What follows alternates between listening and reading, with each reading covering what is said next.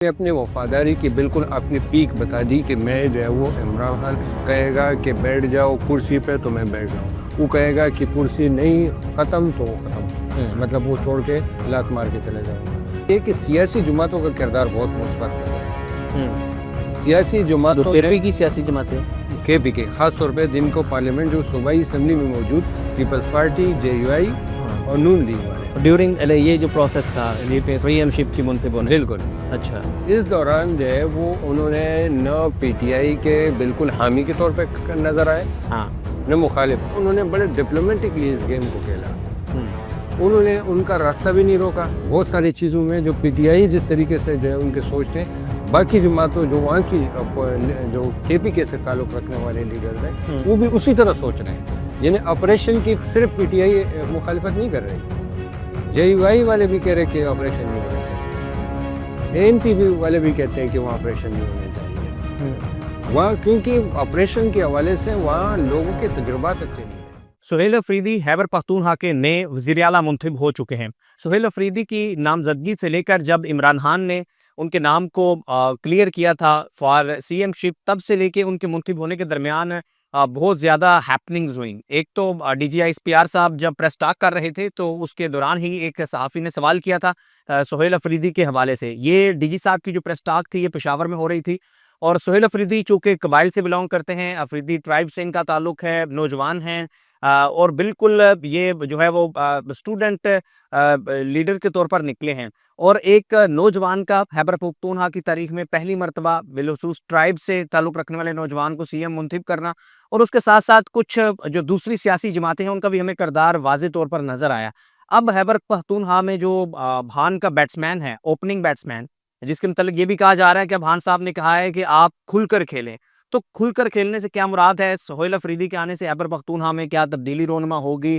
क्या खैबर पख्तूनख्वा में PTI की हुकूमत लंबे अरसे तक चल पाएगी या सुहेल अफरीदी की खिलाफ अदम एतमाद आ सकती है? हमारे साथ सीनियर जर्नलिस्ट वकील रहमान साहब मौजूद हैं। वकील साहब, बिलाहर सुहेल अफरीदी जो हैं वो मुंतखब हो ही गए हैं और सुहेल अफरीदी के मुंतखब होने तक भी पहले तक ये कहा जा रहा था कि जब DG साहब ने कहा कि कोई फ़र्द वाहिद जो है या कोई शख्स या किसी की सियासत रियासत से बढ़कर नहीं हो सकती, इससे भी यही मतलब लिया जा रहा था कि शायद सुहेल अफरीदी ना बन सके। फिर ये भी हमने खबर सुनी कि कोई बारिश दाढ़ी वाला जो है वो बन सकता है वज़ीर आला, तो लेकिन बिलाहर अब जो है वो वज़ीर आला मुंतखब हो गए हैं। तो अब आप क्या देख रहे हैं कि KPK में KPK किस तरफ जा रहा है? PTI कहाँ पर स्टैंड कर रही है? देखिए बहुत शुक्रिया ज़ुहैब। इस वक्त PTI ख़ास तौर पे PTI के जो कायद है इमरान खान, उन्होंने जो स्ट्रेटजी बनाई है उस स्ट्रेटजी के मुताबिक तो अभी तक उनको कामयाबी मिल रही है। आपने जैसे बात की कि वो उनको कहा है कि खुल कर खेलें। देखिए इमरान खान जो है वो अगरचे वो अब कैप्टन से अब आगे बढ़ चुके हैं और इस वक्त सियासत कर रहे हैं, लेकिन उनका दिमाग अभी भी एक कैप्टन की तरह ही काम कर रहा है और कहीं ना कहीं उनके जुमले भी उसी तरीके से उसी सोच के तहत निकलते हैं। जब उन्हें पता होता है कि वो इस वक्त कुछ ओवर्स निकालने हैं यानी कुछ टाइम निकालने हैं, तो उसके मुताबिक खिलाड़ी उतारते हैं।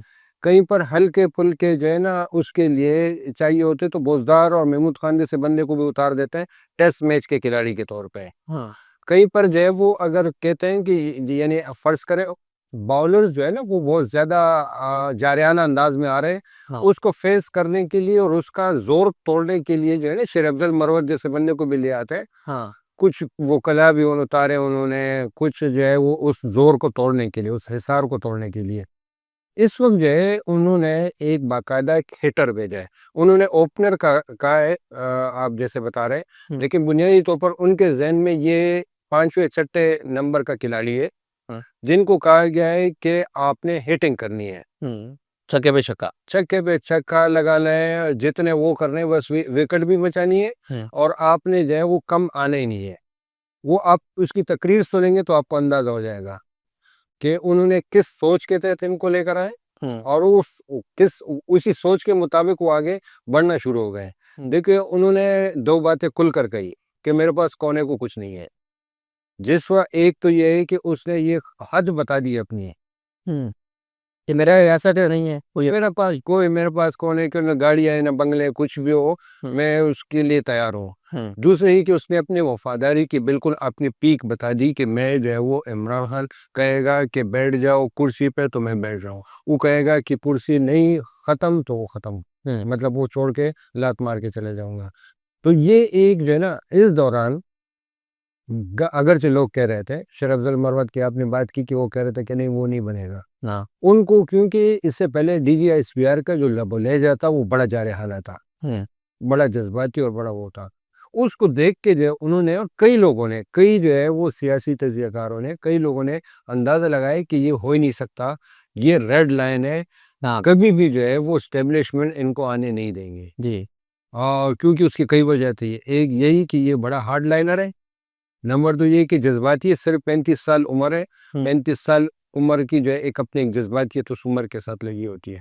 फिर उसका एक अपना माज़ी है, वो माज़ी उसमें कहा है कि मैं एहतजाज का मैं चैंपियन हूँ, हाँ।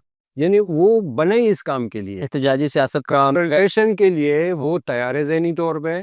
और फिर उसने जो है वो जिस तरीके से जो है अब इमरान खान के साथ कि मेरे इश्क है, मतलब वो सारी चीज़ें उसने लाइन पॉलिसी बता दी है। हाँ, कि इमरान खान हाँ प्रायोरिटी पर है। हाँ, बिल्कुल उन्होंने कहा कि मतलब ये जो है ये यही मेरी एक रेड लाइन है। अच्छा, दूसरी जो है इस दौरान ज़ैब एक 2 बड़ी अच्छी चीज़ें हमें सामने नज़र आई। एक तो ये कि सियासी जमातों का किरदार बहुत मुस्बत नज़र आया। सियासी जमातों केपी की सियासी जमातें।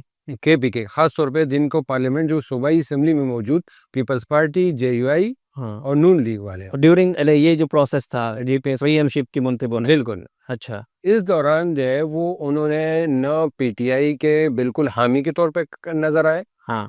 न मुखालिफ। उन्होंने बड़े डिप्लोमेटिकली इस गेम को खेला। हम्म।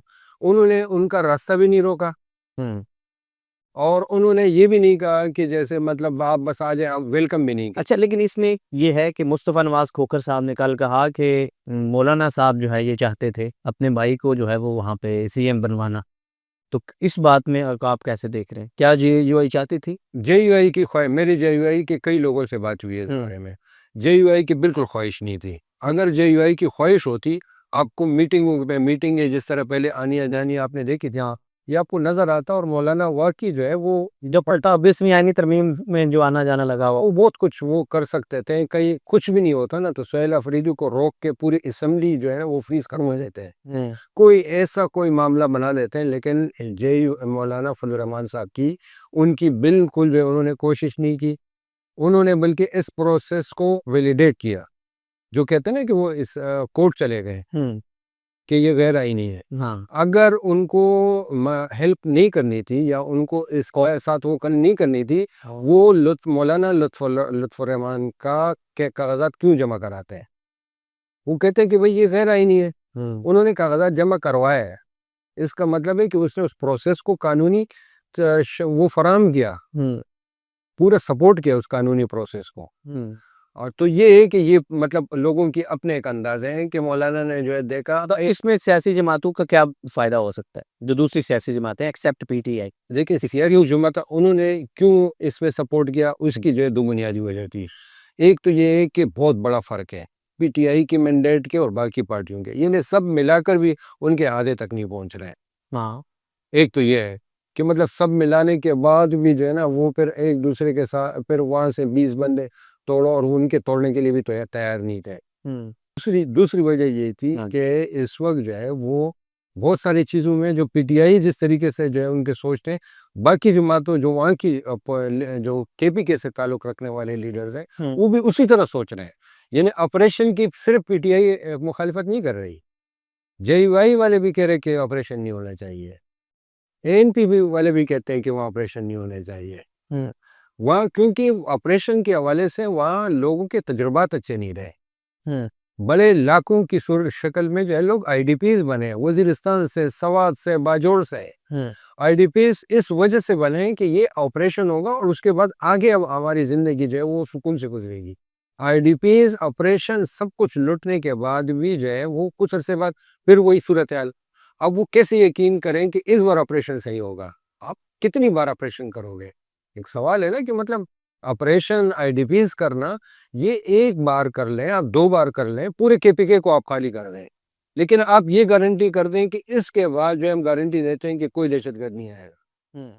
सवात में आपने देखा, वजीरिस्तान में देखा, ऑपरेशन के बाद फिर कुछ अरसे बाद आज उसी जगह सूरत हाल खड़ी है। तो ये वहाँ पर केपीके के तमाम सियासी पार्टी, वहाँ के लोगों में वो ऐसे नहीं कि वो दहशतगर्दी की हिमायत कर रहे हैं, वो दहशतगर्दी के क्योंकि बराह रास्त मुतासिर है, लेकिन वो सिर्फ इस चीज़ की मुखालफत कर रहे हैं कि ये आपका तरीका सही नहीं है। कहीं ना कहीं आपका ऑपरेशन जो है ना, जो आप कर रहे हैं, चाहे आप इंटेलिजेंस बेस करते हैं या आप डायरेक्ट ड्रोन और दूसरे, ये आपका जो है ये तरीका काम नहीं कर रहा। आपको कोई और तरीके आप जिम्मा लेकिन इस पर ये भी तो है ऑपरेशन को लेकर, जैसे डीजी साहब ने बड़ा तफसील के साथ बताया कि अफ़गानिस्तान से कंट्रोल होता है और यहाँ के लोग भी जो हैं वो कहीं मुलव्वस होते हैं। तो जो इस वक़्त लॉ एंड ऑर्डर की सूरत-ए-हाल है केपी में या जो बदअमनी है, तो हर वहाँ पीस तो लाना है, तो उसका फिर पीस कैसे आएगा? देखिए, पीस के लिए तो सियासी जमात जो है ना, हुँ, उन्होंने सोहेल अफरीदी ने भी अपनी तकरीर में कहा और इससे मिलता-जुलता मौके बाकी जमातों का भी है कि अगर आपको ऑपरेशन करना है ना, आप वहाँ के लोगों को इत्मीनान में लें। उनका ये जो मैंने आपसे ज़िक्र किया, ये एतराज़ सुनें हुँ। और उनको बताएँ कि इस बार हम ये अलग कर रहे हैं। ओके, यानी आप ये कह रहे हैं कि जो लोग ऑपरेशन की मुखालफत में हैं, जो प्रीवियस ऑपरेशंस हुए थे पहले, उसके ऊपर लोगों को तहफ़्फ़ुज़ात थे कि फलाँ ऑपरेशन हुआ था और उसके नतीजे में ये नुकसान हुआ था। बिल्कुल, आज वही सूरत हाल है। हाँ। तो अब आगे की क्या गारंटी है कि कल आज फिर ऑपरेशन करेंगे और उसके बाद फिर नहीं, फिर इसी तरह दहशतगर्द नहीं आएँगे। यानी दहशतगर्दी और ऑपरेशन की जो मुखालफत है, हुँ, वो सिर्फ़ और सिर्फ़ उसकी, वरना दहशतगर्द से तो वहाँ वहाँ के लोग तो डायरेक्ट उससे इफ़ेक्ट है ना, वहाँ के लोग मर रहे हैं, वहाँ के लोगों की ज़िंदगी ख़राब है। सिर्फ़ जो है उनको ये एतमाद देना है और ये एतमाद फ़ौजी नहीं दे सकते, ये रेंजर नहीं दे, पुलिस वाले नहीं दे सकते हैं। ये वहाँ के पॉलिटिकल पार्टियों को आपको इन्वॉल्व करना पड़ेगा और हर इलाके की अपने एक सर्कमस्टेंसेस है। कोई इलाका बॉर्डर पे है, किसी का बॉर्डर कम लगता है, किसी का ज़्यादा लगता है। हुँ, कुछ आबादियों की, कुछ कौमों की आपस में इन्वॉल्वमेंट बहुत ज़्यादा है, कुछ लोगों की कम है। यानी सवात को आप अलग तरीके से डील करेंगे, हुँ, वज़ीरिस्तान को आप अलग तरीके से डील करेंगे। हुँ। आप ये जो है एक जो तीरा में जो है अभी ऑपरेशन करना था जी। और इत्तेफ़ाक से जो है ये सोहेल अफरीदी को भी खैबर एजेंसी से लेकर आए। हुँ, तो एक जो है एक बड़ी परेशानी ये भी हो गई है। बाजोड़ के बाद अब अगली बारी जो है वो तीरा ऑपरेशन होना था और यहाँ से यहीं से ये सोहेल अफरीदी को सीएम लेकर आए। इसका मतलब है कि वहाँ अब ऑपरेशन तो सोहेल अफ़रीदी के आने से जो कबाइल हैं, क्या वो ज़्यादा एतमाद में आए हैं पीटीआई के? वो देखिए इस सवाल ये एज होगा सियासी तौर पे पीटीआई? बिल्कुल, देखें इस वक़्त जो है यानी जब ये अज़ला ज़म हुए थे पाटा के, तो उसमें कहा गया था कि भाई ये बहुत पीछे है, तरक्की के लिहाज़ से, हुँ, बहुत सारी सहूलियात के लिहाज़ से बहुत पीछे है। अगर इनको आप केपीके के बाकी इलाकों से आप लेवल में लाने हैं, तो आपको उनको कुछ देना पड़ेगा हुँ, और उसके लिए बाकायदा 100 अरब रुपए जो है हर साल देने थे। हुँ, 7 साल हो गए, इसको 700 अरब रुपए मिलने थे, वो 165 अरब रुपए मिले हैं। ये जो मैं आपको फ़िगर बता रहा हूँ, ये सोहेल अफरीदी की तकरीर से मैं वो कोट कर रहा हूँ। अच्छा, फिर आप जो है अगर वहाँ पे आप काम नहीं कर रहे हो, एक वहाँ का अगर सीएम आए तो उससे एक उम्मीद है कि वो जहाँ वो इस कबायली इलाकों के लिए जो फंड्स हैं, जो वफ़ाक से मिल रहे हैं, उसके लिए वो काम करेगा। फिर वहाँ जो है एक ज़ाहिर है कि उसको उस वहाँ के हालात का ज़्यादा इदराक है, तो वहाँ के लोगों को एंगेज रखने में तो डेवलपमेंट के काम होंगे या वो जस्ट इसी पर ही सियासत करेंगे? लास्ट टाइम मैंने जब केपी विज़िट किया तो मैंने देखा वो सिंध की तरह ही वहाँ पर भी यही सूरत-ए-हाल थी कि डेवलपमेंट पेशावर में भी ना होने के बराबर थी। ये सबसे जो है ना अफ़सोसनाक पहलू है। हाँ, पीटीआई का जो सबसे अफ़सोसनाक पहलू ये है हाँ, कि वो अपनी जगह पे वो अपनी जद्दोजहद, तहरीक अपनी जगह पे चला रहे हैं हुँ, और स्टेटस को तोड़ने में और वो सारी अपनी जगह पे है। हुँ, लेकिन केपीके ने, वहाँ के लोगों ने उनको तीसरी बार मुंतखब कराया हुँ, और बदकिस्मती से जो है, जो जिस तरीके से उनको वहाँ के लोगों की हालत ज़िंदगी बदलने के लिए जो कुछ करना था, वो डिलीवर नहीं कर सके। पिछली हुकूमत भी इसी तरह महमूद खान जो है कुछ नहीं डिलीवर कर सके। हुँ। लेकिन तीसरी दफ़ा वोट मिलने के भी कोई वजूहात होंगे ना? क्यों मिल रहा है वोट भी तो मिल रहा है। वो इस उम्मीद पे असल में बाकी पार्टियों को आज़मा चुके हैं। हुँ, यानी अभी भी वो इस उम्मीद पे के साथ जुड़े हुए हैं कि शायद ये वक़्त गुज़र जाए तो बहुत कुछ तब्दीलियाँ आ जाए, वो बहुत सारी चीज़ें, यानी उम्मीदें लोगों की ख़त्म नहीं हुई। आप अभी भी जाएँ तो आपको पीटीआई की बहुत बड़ी एक मकबूलियत मिलेगी। लेकिन ये आखिर ये सिर्फ़ इस पॉइंट के की वजह से क्यों जुड़े रहेंगे और कब तक जुड़े रहेंगे कि हमने जो है इमरान खान की रिहाई कर दिलवानी है हमने ये करना है, वो करना है। ये वो ज़रूरी पॉइंट है, ज़रूरी एजेंडा है। लेकिन इसके साथ-साथ आप सूबे को कैसे नज़रअंदाज कर सकते हो? वहाँ के तालीम के, वहाँ सेहत के, वहाँ के इंफ्रास्ट्रक्चर को। ये इमरान खान का ही तो वो होता है ना वो विज़न था कि यहाँ पे टूरिज़्म बढ़ाना है। यहाँ पे सोलर वो करना है, यहाँ पे लोगों के जो इंफ्रास्ट्रक्चर और ये सारी चीज़ें तब्दील करनी है, रोज़गार के मौके पैदा करने हैं, गुड गवर्नेंस करनी है। आप खुद पीटीआई वालों से पूछ लें, क्या वहाँ पे करप्शन नहीं है? करप्शन क्यों ख़त्म नहीं हो सकी है? तो करप्शन के खिलाफ आई थी ना पीटीआई। तो अब तो जो है केपीके में तो सिंगल पेनी यानी ₹1 की भी वहाँ करप्शन नहीं होनी चाहिए। लेकिन हमारे पास इत्तलात है कि वहाँ करप्शन हो रही है। साबिक सीएम के जो है जो भाई थे, वो खुद बाकायदा डील करते थे हर टेकों में। हर डिपार्टमेंट में हो रहे, सेहत में हो रहे, तालीम में हो रहे, नौकरियाँ बिकती है, सब कुछ हो रहा है। तो कम से कम इस हद तक जो है कि भई वो तो कर सकते थे ना, पीटीआई डिलीवर कर सकते थे। लेकिन इस वक़्त लग रही है कि सारे एमपीए सब कुछ जो है वो उनके ज़हन में एक ही चीज़ है कि वो जो है सिर्फ़ इमरान खान और पीटीआई के जो है ये जज़्बाती नारों के सहारे वो ज़िंदा है। ये और ये मेरे ख़्याल में बहुत ज़्यादा ये डिलीवरी बेहतर है, आना ही चल पड़ेगा। सकता। चलिए जी, thank you very much. Abdul Rahman साहब हमारे साथ मौजूद थे और सुहेल अफरीदी के नामज़दगी के बाद इस वक़्त ये सबसे ज़्यादा जो है वो डिस्कस हो रहा है कि अब सुहेल अफरीदी केपी के वज़ीर आला बन चुके हैं। एक सबसे बड़ा अहम ज़ाहिर है उनके कंधों पर जो होगा वो इमरान खान की रहाई को लेकर होगा, लेकिन कोई भी हुकूमत आती है किसी भी सियासी जमात की, तो सबसे बड़ा उसका प्राइमरी मकसद ये होता है कि वो उस सूबे की आवाम की खुशहाली के लिए, बेटरमेंट के लिए, प्रॉस्पेरिटी के लिए क्या कुछ करेगी, वहाँ पर डेवलपमेंट किस कदर होगी।